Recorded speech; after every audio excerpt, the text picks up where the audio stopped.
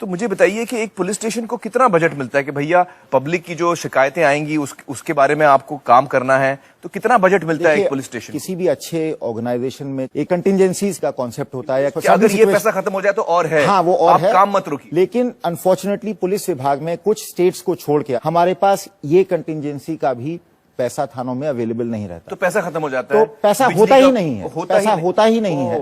तो अब जैसे फॉर इंस्टेंस मान लीजिए कहीं एक्सीडेंट हो गया जी, और वहां पे कई सारे लोग घायल पड़े हैं या डेड बॉडीज हैं जी, उनको जाके लेके आना है, उनके लिए ट्रांसपोर्टेशन की व्यवस्था करनी है, तो उस सब इंतजाम के लिए भी कई बार हम पैसे नहीं होते हमारे पास। और फिर हम या गुडविल पर या जो लोकल लोग हैं उनको मतलब डरा धमका कर पर्सुएड कर कर हम उनसे मदद लेने की कोशिश करते हैं अपनी बेसिक जिम्मेदारियों को पूरा करने के लिए। मैं एक्चुअली एक छोटी सी कहानी यहाँ बताना चाहूंगा। मैं एक फिल्म मैंने की थी सरफरोश।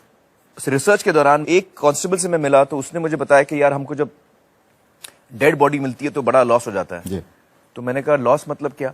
तो उसने समझाया कि जब डेड बॉडी मिलती है कभी पानी में होती है तो हम पहले मछुआरों को पैसा देते हैं कि वो डेड बॉडी निकाले, और फिर हम उसको ले जाते हैं हॉस्पिटल, वहां जो पोस्टमार्टम होता है उसके लिए हम दारू देते हैं या पैसा देते हैं, वरना वो करता नहीं पोस्टमार्टम।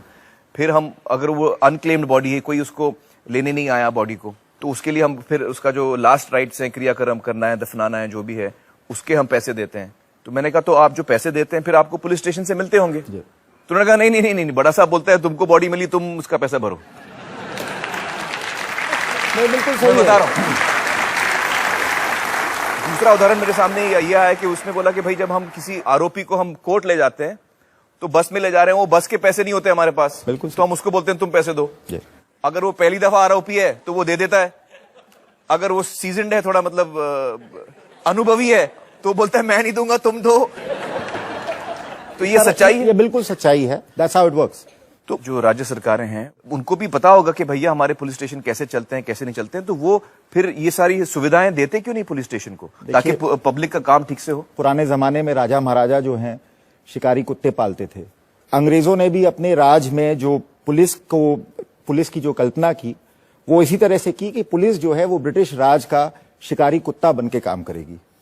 और कुछ हद तक वो टेंडेंसी जो है इंडिपेंडेंट इंडिया में भी आई है। Ruling party in power wants to see, is not prepared to see the police anything other than their own शिकारी कुत्ता। शिकारी कुत्ते को भूखा रखो, उसको उसी तरह से पालो, ताकि जब आप कहें, जब आप चाहें, आपके इशारे पर वो आम जनता पर या आपके विरोधियों पर टूट पड़े। ये मेंटालिटी है पुलिस के प्रति रूलिंग एस्टैब्लिशमेंट की। जब तक पुलिस की वर्किंग की दिक्कतों का असली चेहरा पब्लिक के सामने नहीं आएगा, जब प्रॉब्लम ही नहीं समझ पाएंगे तो सोल्यूशन कैसे समझेंगे? अभिनव जी, ये तो बहुत ही गंभीर बात है।